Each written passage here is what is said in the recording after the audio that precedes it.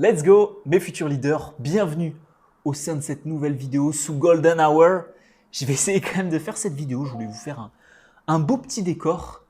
Et vous le voyez, j'ai la patate parce que ce soir, au sein de cette nouvelle vidéo, on va voir comment être magnétique dans votre manière de parler. Au sein de 5 conseils divers et variés pour attaquer le problème sous différents angles, je vais vous donner des stratégies concrètes pour vous permettre de signer votre communication avec votre pouvoir de magnétisme. Et le premier conseil, il n'y a pas de constat d'introduction dans cette vidéo, le premier conseil que je peux vous donner, c'est de travailler votre authenticité. Pourquoi? Parce que les gens charismatiques, les gens magnétiques à l'oral, sont bien souvent des personnes qui ont un franc-parler, sont bien souvent des personnes qui vont montrer leur authenticité, leur spécificité, leur personnalité grâce justement à beaucoup d'authenticité. Pour travailler votre authenticité à l'oral, déjà il va falloir travailler votre authenticité avec vous-même, savoir qui vous voulez être et qu'est-ce que vous voulez montrer aux autres. Donc là on est vraiment purement sur du développement personnel. Quelle est votre mission de vie? Qu'est-ce que vous voulez montrer aux autres? Comment vous voulez les inspirer? Qui vous voulez être? Ensuite, je vous invite à beaucoup plus l'être en société. D'abord avec des cercles sociaux proches de vous, en famille, avec des amis de longue date, puis avec de nouveaux collègues de boulot, puis avec de nouvelles personnes que vous venez de rencontrer. En bref, soyez vous-même et cultivez votre authenticité pour être différent des autres et pour que les gens puissent vous remarquer. La deuxième étape de ce plan d'action consiste à jouer avec cet outil-là. Non, ce n'est pas votre gorge, mais ça va être votre outil vocal. Chaque voix est unique. Par contre, chaque personne n'est pas en capacité d'utiliser pleinement sa voix à l'oral. Il y a des timbres de voix un peu plus rauques, d'autres un peu plus nasales, d'autres qui vont être un petit peu plus doux, d'autres qui vont être un peu plus forts. Le but, c'est pas une voix charismatique pour un homme, c'est pas une voix forcément très grave et la personne parle comme ça. Non, vous pouvez cultiver votre propre voix, mais vous devez vous libérer de tous les problèmes liés à la voix et vous devez aussi être en capacité de jouer avec tous les paramètres de votre voix. Débit, mélodie, puissance, rythme, intonation, silence, c'est ce que je vous apprends notamment dans ma formation Voice 2.0, intégralement mise à jour en 2023 pour vous régaler sur le sujet. Pour moi, la voix, c'est vraiment un outil qui vous permet de signer votre communication, qui vous permet justement d'être beaucoup plus magnétique dans votre manière de parler, quelle que soit encore une fois votre voix.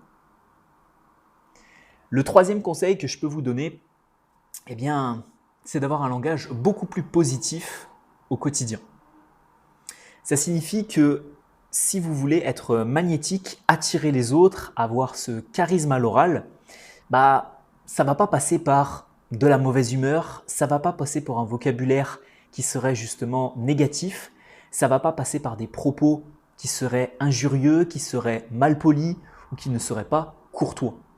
Bien au contraire, les personnes qui vont être magnétiques à l'oral sont des personnes qui vont avoir cette énergie et qui vont entraîner les autres grâce à leur communication.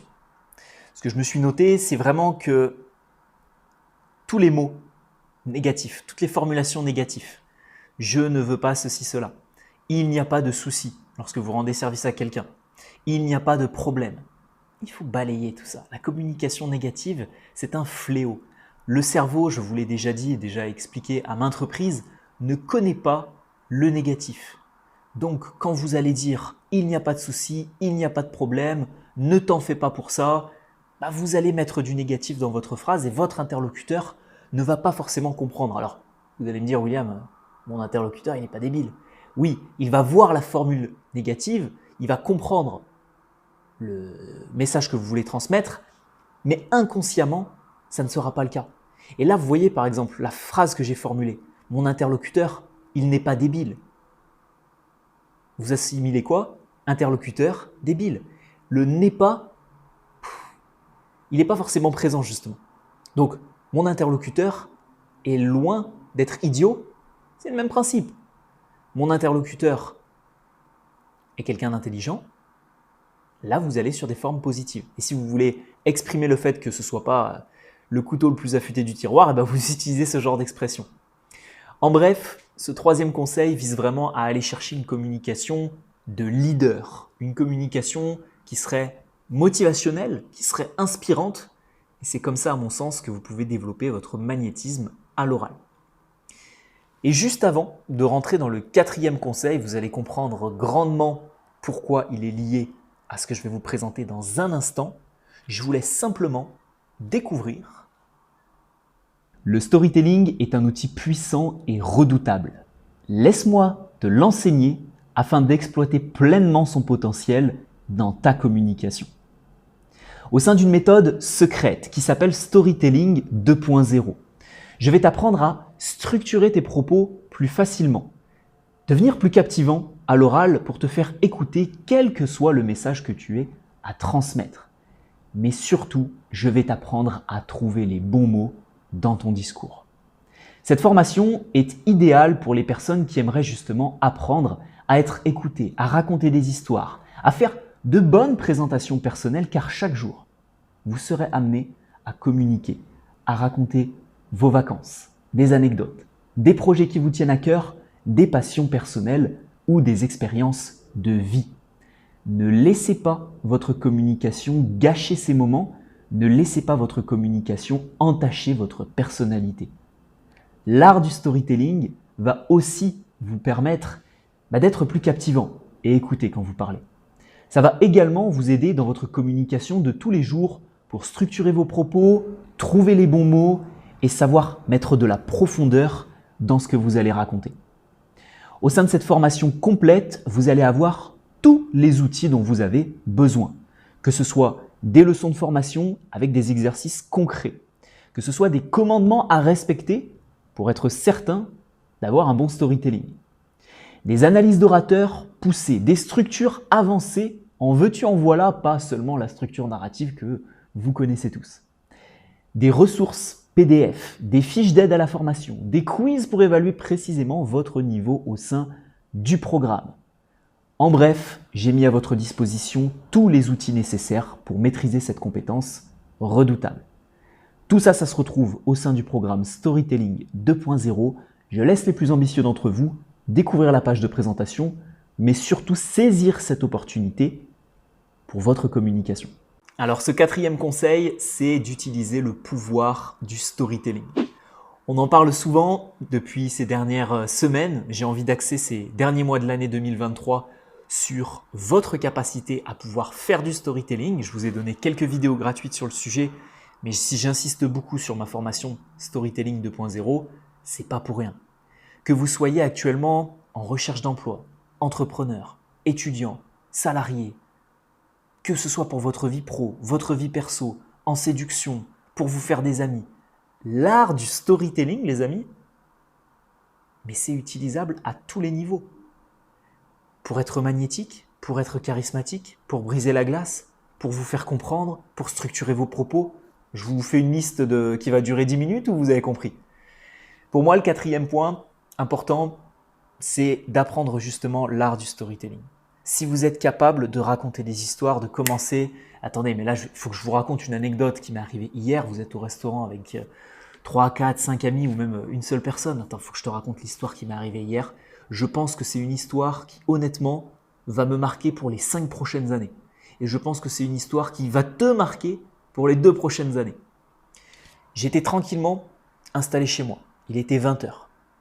Donc 20h, tu sais très bien, je rentre du boulot à 18h, je vais à la salle de sport et je rentre chez moi juste après, je prends ma douche et je commence à me faire à manger. Et là, à 20h, pile, il y avait même les cloches de l'église qui sonnaient encore, j'entends quelqu'un sonner chez moi. Étrange. J'attendais pas forcément du monde, je viens de déménager, il n'y a pas grand monde qui connaît mon adresse, je me demande qui ça peut bien être. Je vais pour ouvrir la porte et là, qui est-ce que j'aperçois? Et là, vous continuez. Sauf que l'art du storytelling, c'est poser un contexte, c'est utiliser correctement sa voix, c'est poser les silences au bon moment, Il y a énormément de paramètres. C'est pour ça qu'avec mon équipe, on en a fait une formation complète sur le sujet Storytelling 2.0. Illustrez vos propos, racontez des histoires, vous présentez personnellement. Est-ce que quand vous vous présentez, vous faites une liste? Alors, j'aime ça, je travaille là-dedans, j'ai tel âge, j'habite à tel endroit? Ou est-ce que vous créez des transitions logiques avec une histoire épique qui raconte votre vie personnelle? C'est ça, l'art du storytelling. Et le cinquième élément, qui à mon sens rendra votre communication magnétique. On a parlé de la voix, on a parlé un petit peu des mots que vous utilisez avec le storytelling. On a parlé un petit peu de l'intonation, de votre personnalité. Est-ce que vous voyez arriver le dernier conseil? Eh oui, on est sur le meilleur outil, celui qui représente le plus d'impact à l'oral, c'est votre non-verbal.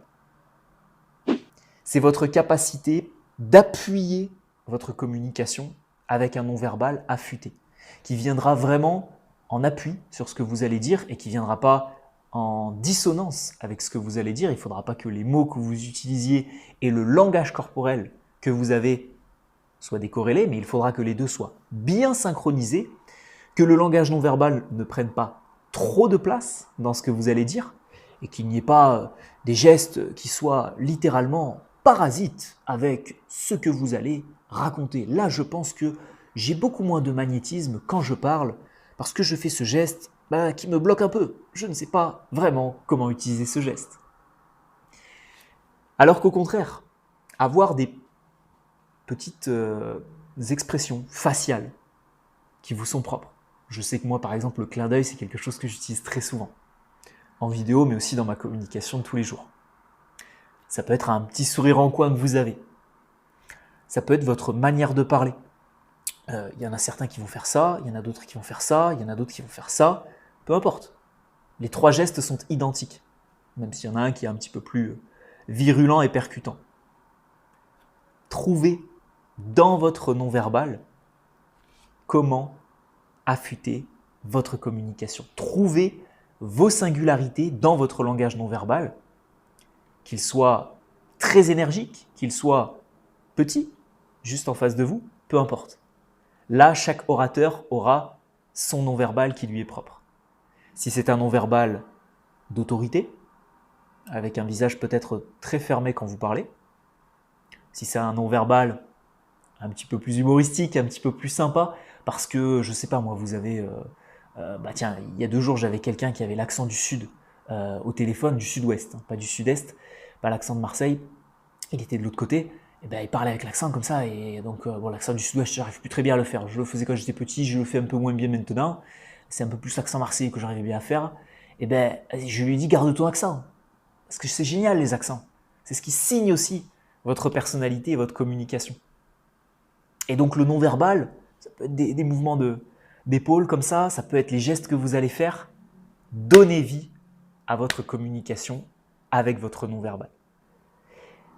Et je rajoute un petit bonus pour tous ceux qui restent jusqu'au bout de mes vidéos. Le meilleur outil d'un point de vue aimant, d'un point de vue magnétisme, c'est ça. Je vous fais un petit zoom. On va finir la vidéo assez proche, vous et moi. On est pas mal. C'est tout ce qu'il y a là. C'est votre visage qui peut créer justement cette connexion avec les autres. Donc faites en sorte d'avoir un visage qui est plutôt propre déjà sur lui, ce sera déjà pas mal. Donc la barbe taillée, moi j'ai pas trop de problème avec ça, quoique j'en vois certains des fois qui laissent, comme moi, qui n'ont pas forcément une énorme barbe et qui laissent ça pousser. Moi j'essaie de raser tous les 2-3 jours pour pas que ça fasse sale. Soignez vos dents, votre sourire, vos yeux. Il y a un visage assez propre sur vous. Et c'est un vrai aimant relationnel parce que c'est par là que passent toutes les émotions. Donc si vous voulez faire preuve de magnétisme, sur une prise de parole, je vous l'accorde, vous êtes super loin, ça ne servira à rien. Mais si vous tournez des vidéos comme ça, je pense que c'est très intéressant. Si vous êtes face à votre interlocuteur, je pense que la distance qu'on a là, si je regarde dans le retour, C'est à peu près la distance qu'on pourrait avoir si bon, vous êtes peut-être un peu loin. Si on était à une table face à face, vous seriez peut-être un peu plus près. Eh bien, c'est comme ça que vous pouvez faire preuve de beaucoup de magnétisme à l'oral. Je conclurai donc cette vidéo en vous expliquant, mes futurs leaders, que vous avez de nombreux paramètres à travailler. Voix, non-verbal, visage et émotion, discours, storytelling et personnalité. Si vous voulez aller plus loin sur le sujet, vous avez toutes mes formations sur le site charismedéveloppement.fr qui sont disponibles, mises à jour et prêtes à vous aider sur le sujet. Si vous voulez soutenir la chaîne, parce que ces conseils vous régalent, le décor, la qualité, le like, le commentaire et surtout l'abonnement si vous regardez sans être abonné, ça ne sert à rien. Et on se retrouve, j'ai envie de vous dire, vendredi prochain. Qu'est-ce qu'on va voir ensemble vendredi prochain?